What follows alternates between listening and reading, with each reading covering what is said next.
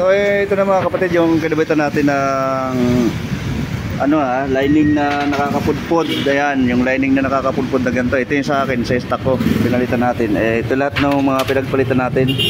Nagpalit din ako ng center spring. Pati yung aking bell na stock pinalitan ko rin. Nung isa kasi nga daw ay may dragging. Tatry ko rin yun. Ito yun yung kapartner na nakakabit sa akin na clutch assembly, no? Isang buo nito. Ayan ang partner nandun nakakabit sa aking motor.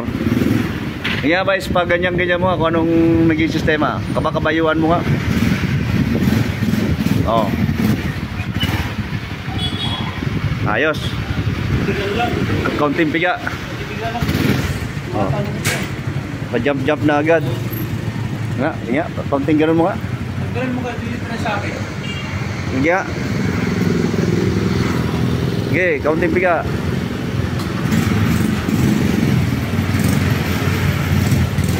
Oh. Para nangangabayo, no? So, yun mga kapatid, yung belt pala pinalitan ko rin yung aking belt na gate 3.5 ako na bando. Pinalitan ko muna to ang ating 880 730. Hindi naman kasi ito stock, 835 talaga stock na. Okay? Thank you.